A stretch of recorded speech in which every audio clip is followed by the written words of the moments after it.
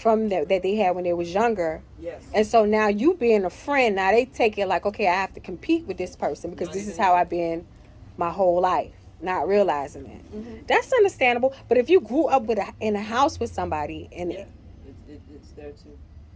but like, if you show love to these people, It doesn't matter. it doesn't matter. Mm-hmm. You really? Because deep down inside they feel some kind of way, and you don't even realize this stuff, and it happens.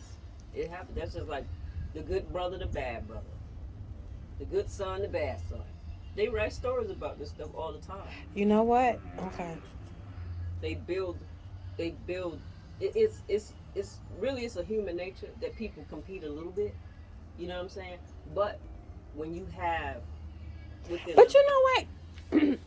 It goes back to say that though. Okay, so you can say that, right? But then you have to remember, people receive things differently from who they want to.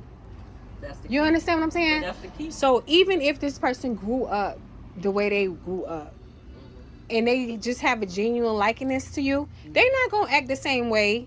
You know what I'm saying? So you can't. I don't really think that, okay, you can just say, okay, that this is the reason why, because everything is a choice at the end of the day. No, definitely. Right. So this is why I'm like, I don't understand how, you can go through something with somebody and then you forgive them. But they won't forgive that one.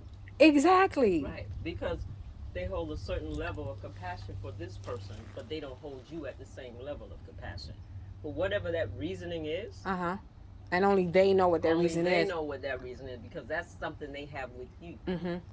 And you don't have no control over it. You don't Exactly. even know what it is. You just like, all you can do is pray about it and just say, listen. Okay. You right. understand? Right. So those are the things that have you like, well, okay. You know what I mean? Those are those outside things that are outside of our control. Because we can't control how other people right. think and feel. The only thing we can control is how we respond to it. Right. And our response to them creates another notion of how they feel.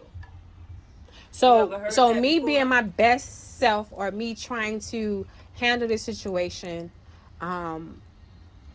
like the Bible says, a soft reply turns away an angry response. But that can even make you more angrier, right? Because of my softness.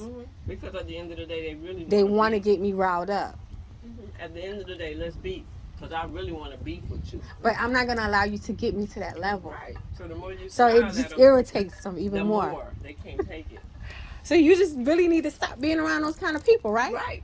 Because they're out to destroy you and demise you. Exactly. And what's the other? Deceive. Okay, but how many? Okay, because the Bible says that you're supposed to forgive 77 times a day. But you know what? I just answered my own question. I ain't even going to go there. Yeah, but go there. So no. What you're talking because about. you are supposed to forgive, right? But once you forgive, it's not like you forgive and allow the person to keep doing the same thing over and over and over to you.